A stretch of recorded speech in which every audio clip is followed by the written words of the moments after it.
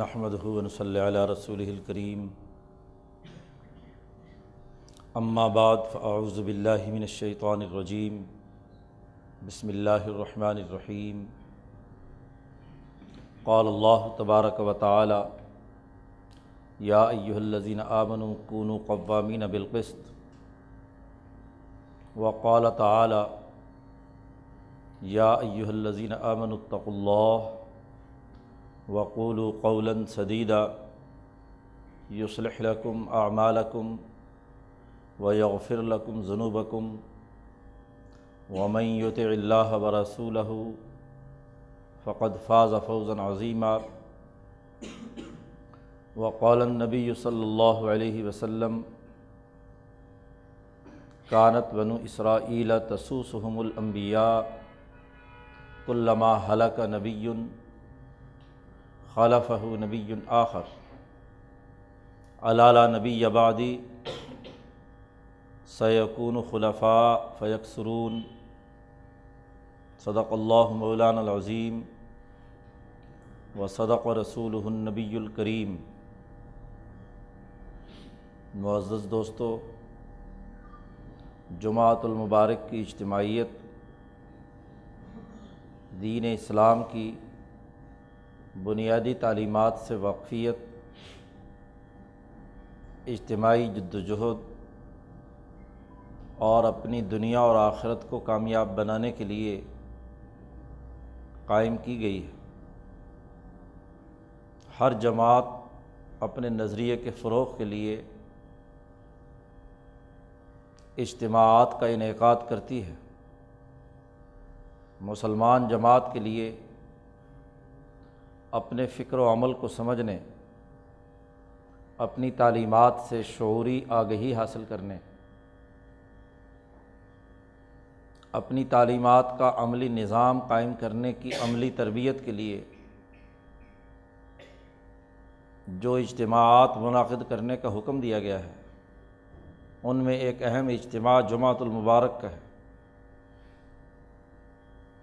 تمام اقوام کا اجتماعی نظام تو حج کے ذریعے سے انسانیت کے سامنے آتا ہے، لیکن ہر شہر اور علاقے کا اجتماع ہر 7ویں روز جمعے کے دن مقرر کیا گیا ہے۔ یہ اجتماع رسمی نہیں ہے۔ اس اجتماع کا بنیادی مقصد دین اسلام کی تعلیمات کے حوالے سے نصیحت حاصل کرنا ہے۔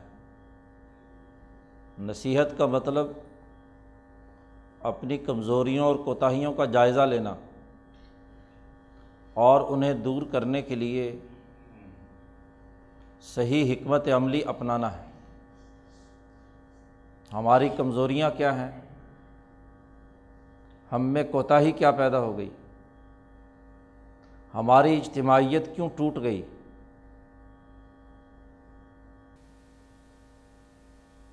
اس کے حوالے سے سوچنا، غور و فکر کرنا اور انہیں دور کرنے کی تدابیر سوچنا، یہ جمعے کا اصل اجتماع کا مقصد ہے۔ وہ بنیادی اساسی امور جو مسلمان اجتماع کے لیے لازمی اور ضروری قرار دیے گئے ہیں، ان میں اللہ سے تعلق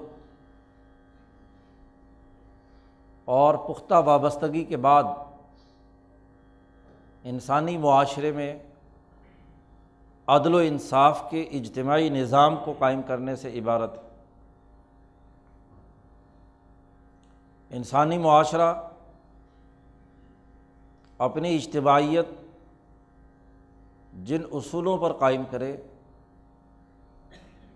انہیں سمجھنا ہے کہ وہ بنیادی اساسی اصول کیا ہیں، بنیادی اقدار اور اخلاق کیا ہیں، سماجی زندگی کی تشکیل کی بنیادی اقدار جن پر سیاسی، معاشی، سماجی اور اجتماعی نظام قائم ہونا ہے، ان کا فہم حاصل کرنا ہے، ان سے آگہی حاصل کرنا ہے۔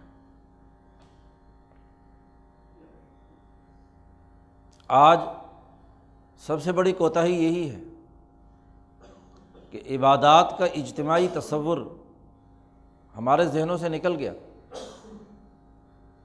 قومیں اجتماعی حوالے سے زوال کا شکار ہو جایا کرتی ہیں، لیکن اگر ان کے اندر اپنی اقدار، اپنے اجتماعی اخلاق، اپنے نظریے اور فکر کا شعور موجود رہے تو ایک وقت آتا ہے کہ وہ اجتماعی زوال سے نکلنے میں کامیاب ہو جاتی ہیں۔ لیکن زوال آ جائے اور اپنے فکر و نظریے سے بے شعوری اور عدم آگہی پیدا ہو جائے، یہ سب سے زیادہ خرابی کی بات ہے۔ ہار جیت، فتح اور شکست ہوتی رہتی ہے۔ مسلمان معاشرہ آج زوال کا شکار ہے، اس کا اجتماعی نظام ٹوٹ چکا، وہ اپنی اجتماعی شناخت سے محروم ہے، زوال اور غلامی کی حالت میں ہے، اس کی تہذیب و کلچر برباد ہو چکا، اس کا سیاسی معاشی نظام موجود نہیں ہے، تو زوال آ جایا کرتا ہے۔ یہ کوئی اچنبھے کی بات نہیں، دنیا میں زمانہ بدلتا رہتا ہے، تلک الایام نداولها بین الناس، لیکن خرابی اور کوتاہی یہ ہوتی ہے کہ زوال کے زمانے میں اپنے بنیادی فکر و نظریے سے عدم آگہی، عدم دلچسپی، اس کے ساتھ وابستگی اور یگانگت بھی ختم ہو جائے تو زوال سے روکنے کا کوئی طریقہ نہیں۔ پھر دو ہی راستے ہوتے ہیں، یا تو اپنا فکر اور نظریہ چھوڑ دیں، اور نہیں تو تہذیب کا جبر، اغیار کی طاقت و قوت، اس کا سیاسی جبر، معاشی جبر،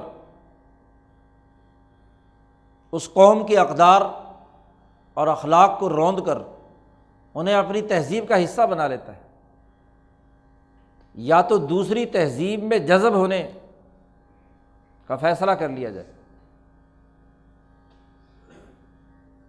اور اگر یہ نہیں، اپنی تہذیب و کلچر، اپنے اقدار، اپنے اخلاق کے ساتھ وابستگی کا اعلان ہے، تو پھر ان سے آگاہ رہنا، ان کے اجتماعی نظام قائم کرنے کی فکر کرنا، اسے غالب کرنے کے نظریے کے ساتھ جدوجہد کرنا لازمی اور ضروری ہے۔ مسلمان قوم پہ 200-250 سال سے زوال آ چکا ہے، ان کی اجتماعیت ٹوٹ چکی ہے، اغیار کا ان پر تسلط ہے۔ اگر محض مذہبی اختلاف ہوتا تو پھر بھی کسی صورت میں برداشت کیا جا سکتا تھا، لیکن غیر وہ انسان نما درندہ ہے جس کے نزدیک انسانیت کی کوئی قدر و قیمت نہیں۔ دنیا کی تمام اقوام کو روند کر انسانی تہذیب و ثقافت کو، کلچر کو تباہ و برباد کر کے صرف اور صرف سرمایے کے دیوتا کو سلام کرنے، اس کے چرنوں میں انسانیت کی قربانی دینے، اس کے مفادات کے لیے اقوام کو آلائے کار بنا کر رکھنے کا خوفناک کام ان 200-250 سالوں میں ہوا ہے۔ تہذیب تو تب آتی ہے جب بنیادی اقدار درست ہوں، کانٹ چھانٹ تب کی جاتی ہے کہ پودا اگا ہوا ہو، اس کی شاخیں خوب پھل پھول رہی ہیں، کوئی شاخ بڑھ گئی، کوئی گھٹ گئی، چھوٹی رہ گئی، تو اسے خاص ترتیب کے ساتھ لانے کے لیے مالی کینچی سے انہیں کاٹ کر ہموار بنا دیتا ہے۔ اس کو عربی میں کہتے ہیں تہذیب۔ لیکن جہاں پودا ہی مرجھا جائے، اس کی نشو و ارتقاء رک جائے، اس کی شاخیں پھوٹنا رک جائیں، اس پہ کملاہٹ آ جائے، تو تہذیب کیا ہوئی؟ اسے درست کرنے کے لیے کینچی چلانے کی کیا ضرورت؟ اس کو مہذب بنانے کے لیے کسی اجتماعی نظام کی ضرورت کیسے؟ اس سرمایہ داری نظام نے تو انسانوں سے انسانیت چھین لی، ان کے فطری ارتقاء کا راستہ روک دیا۔ انسانی بنیادوں پر سوچنے، سمجھنے، اخلاق و اقدار کو متعین کرنے، عملی، سیاسی، معاشی نظام قائم کرنے کی اہلیت ختم کر دی۔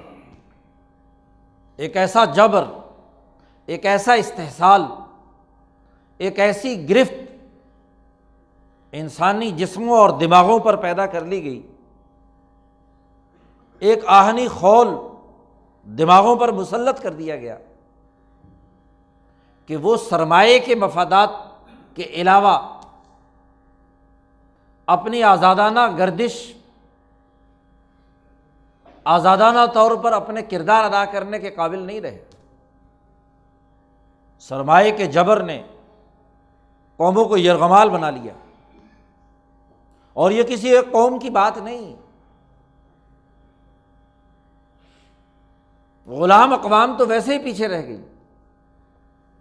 اس سرمایہ دارانہ جبر نے خود یورپین اقوام کو بھی، وہاں کے عام انسان کو بھی اپنی گرفت میں لے لیا۔ خود امریکہ میں بسنے والے امریکی نسل، عام عوام اس سرمایہ داری جبر کے، ظلم کے سب سے بڑے شکار ہیں۔ اس سرمایہ دارانہ نظام کا جبر وہاں کے انسانوں سے انسانیت چھین رہا ہے، انسانی حقوق پامال کر رہا ہے، ان کی آزادی اور حریت سلب کر لی۔ خاص زاویے سے سوچنے، خاص نقطہ نظر کو بیان کرنے، مطلوبہ نتائج کے حصول کے لیے جمہوریت کا ڈرامہ رچانے، بیوقوف بنانے، جو جس مزاج کا ہو اسی مزاج کے لیے ویسا ہی سسٹم بنا دیا گیا۔ مذہب کا نمائندہ ہو، سیاست کا نمائندہ ہو، معیشت کا نمائندہ ہو، تہذیب و ثقافت کے نام پر ادبی بیٹھکیں ہوں، شاعری کے مشاعرے ہوں،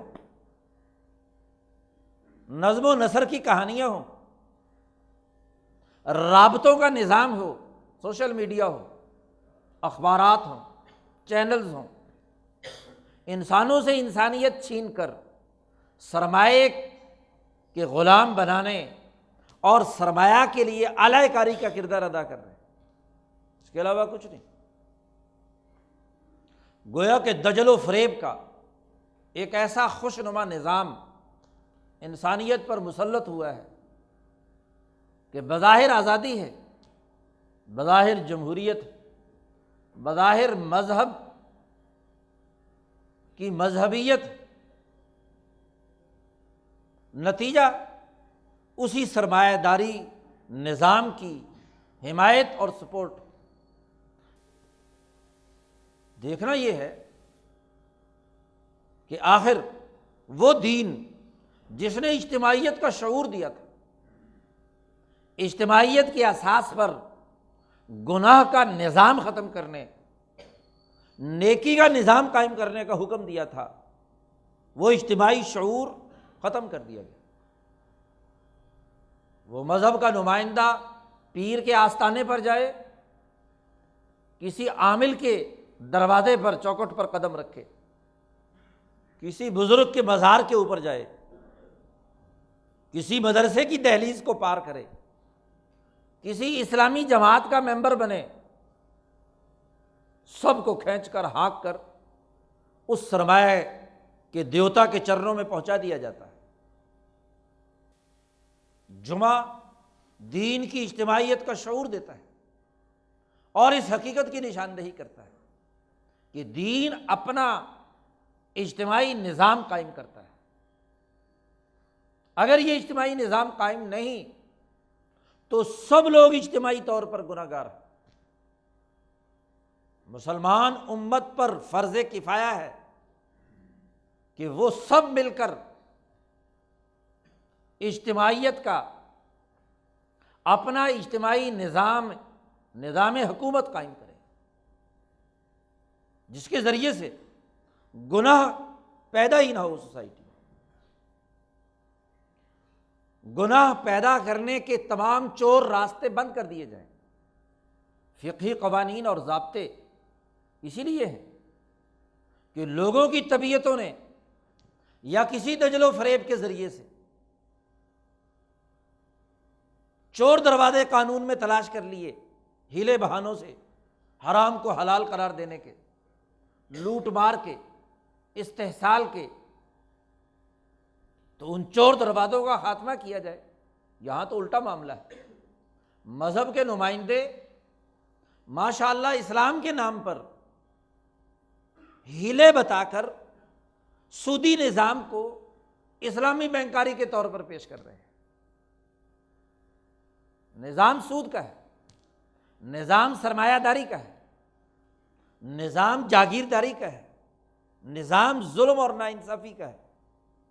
ہیلوں کے ذریعے سے اس کو جائز بنانے کے طریقے وضع کیے جا رہے ہیں۔ اس سے بڑا المیہ کیا ہوگا؟ ہیلوں کی بنیاد پر نظام بنا دیا جائے، یہی تو سب سے بڑی خرابی ہے۔ اسی کی اساس پر تو یہودیت کی مذمت کی گئی، عیسائیت کے بد اخلاقیوں کا قرآن نے تذکرہ کیا۔ یہی بد اخلاقیاں اگر مسلمان علماء میں پیدا ہو جائے، مذہب کے نمائندوں میں آ جائے، یہی خرابیاں اسلام کی تاریخ بیان کرنے والے تاریخ اسلام کو مسخ کر کے انفرادیت کی صورت میں انسانیت کے سامنے پیش کریں تو وہ مجرم کیوں نہیں ہے؟ یہودیوں نے تاریخ مسخ کی تو مجرم ہوں، اور اگر مسلمان مذہب کا نمائندہ تاریخ مسخ کرے تو وہ مجرم کیوں نہیں؟ ہمارا نہ صرف اجتماعی زوال ہوا، اجتماعیت کا شعور اور فکر بھی دماغوں سے اٹھا لیا گیا۔ حق اور سچ بات کہنے والے سچے علماء ربانیین کی بات انسانیت کے سامنے جانے سے روک دی گئی۔ جمعہ اس حقیقت کا شعور پیدا کرتا ہے۔ اللہ نے اسی لیے حکم دیا، کونوا قوامین بالقسط، عدل و انصاف کا نظام قائم کرنے والے بنو۔ واعظ نہیں کہا کہ واعظین بالقسط، مصلحین بالقسط، قرآن نے نہیں کہا، قوام کہا، قائم کرنے والے بنو۔ کونوا قوامین، عدل کا نظام قائم کرنا ہے، ظلم کا خاتمہ کرنا ہے۔ صرف واعظ کافی نہیں ہے، اور یہ نظام کا قیام اجتماعی طاقت سے ہوتا ہے، انفرادی طور پر نہیں۔ فرد کوئی کام نہیں کر سکتا، اجتماعی طاقت ایک نتیجہ پیدا کرتی ہے، اور وہ تبھی جب اس میں اجتماعی شعور ہو۔ اور اس شعور پیدا کرنے کا ہر 6 دن کے بعد 7ویں دن حکم دیا گیا کہ جمعے کی اجتماعیت قائم کرو۔ 4 رکعتوں میں تخفیف کر کے جمعے کے دن 2 رکعتیں مقرر کر دی گئی، اور ان 2 رکعتوں میں کی جگہ پر 2 خطبے رکھ کر دین کے اس اجتماعی نظام کا شعور پیدا کرنے کا درس دیا گیا۔ آج ہمارے جمعے بھی کھوکھلے ہیں، انفرادیت سے دوچار، فرقہ واریت کو فروغ دینے کے لیے، انفرادی مفادات کے حصول کے لیے۔ حضور نے 13 سال مکہ مکرمہ میں جماعت تیار کی، 2 سال مدینہ منورہ میں تیاری کی، اور بدر کے مقام پر اپنی تربیت یافتہ جماعت اللہ کے حضور کھڑے ہو کر پھر دعا کی۔ جس دعا کے پیچھے کوئی اجتماعی عمل نہیں، وہ کھوکھلی ہے۔ اس لیے تمام 20-30 لاکھ حاجی دعا مانگتے ہیں، ایک بھی دعا قبول نہیں ہوتی۔ وجہ کہ یہ دعا حلق سے اوپر محض رسم، اس کے پیچھے جس کارکردگی کی ضرورت، جس اجتماعی طاقت اور قوت کو پیدا کرنے کا عمل، جس منظم جدوجہد اور کوشش، اور جس سرمایہ داری نظام کے خلاف اجتماعی جدوجہد کی ضرورت اور کوشش، وہ ختم، بلکہ اسی کے سرمایہ داری نظام کا اعلی کار بن کر جو دعا کی جاتی ہے، وہ دعا قبول کیسے ہوتی ہے؟ حضور نے فرمایا دور سے حاجی سفر کر کے آئیں گے، ربا شائسن تائسن، بڑے بال بکھرے ہوئے، برا حال، اور غلاف کعبہ پکڑ کے دعا مانگیں گے، یا ربی یا ربی، روئیں گے پیٹیں گے، غلاف کے اندر داخل ہو جائیں گے، دیوار کو چپٹ جائیں گے، لیکن ان کی دعا کیوں قبول نہیں ہوگی؟ کہ مأکلہ حرام ومشربہ حرام وملبسہ حرام، کھانا حرام کا، پینا حرام کا، پہننا حرام کا، تو فأنی یستجاب الدعاء لہ، اس کی دعا کیسے قابل قبول ہوگی؟ سرمایہ داری نظام کے افریط اور ظلم نے انسانوں سے انسانیت چھین لی، حرام کا کھانا، حرام کا پہننا، حرام کا پینا ان پر مسلط کر دیا۔ 57 نام نہاد اسلامی ملکوں میں سود خوری ہے،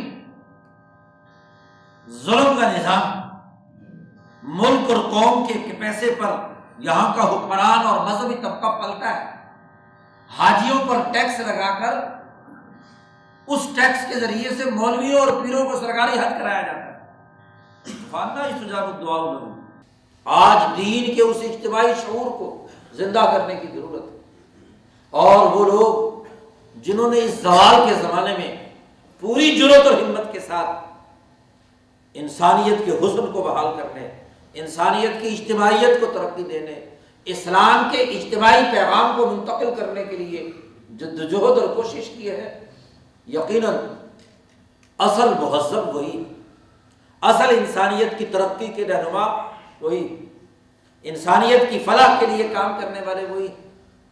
بلا شبہ اس بر عظیم پاک و ہند میں حضرت مجدد الفسانی، امام شاہ ولی اللہ دہلوی سے لے کر اس پاکستان میں امام الازہر مولانا شاہ سعید احمد رائے پوری رحمۃ اللہ علیہ تک، ان اولو العزم انسانوں نے اس 250 سالہ ظلم کے اس سرمایہ پرستی کے نظام کے خلاف واضح اور دو ٹوک شعور دیا۔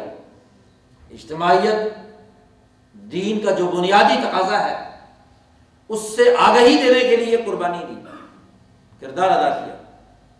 آج دین کے اس اجتماعی پہلو کو سمجھ کر زوال کی اس حالت سے نکلنا، نظریہ بنانا، اس کے لیے کوشش کرنا آج کے دور کا بنیادی تقاضا ہے۔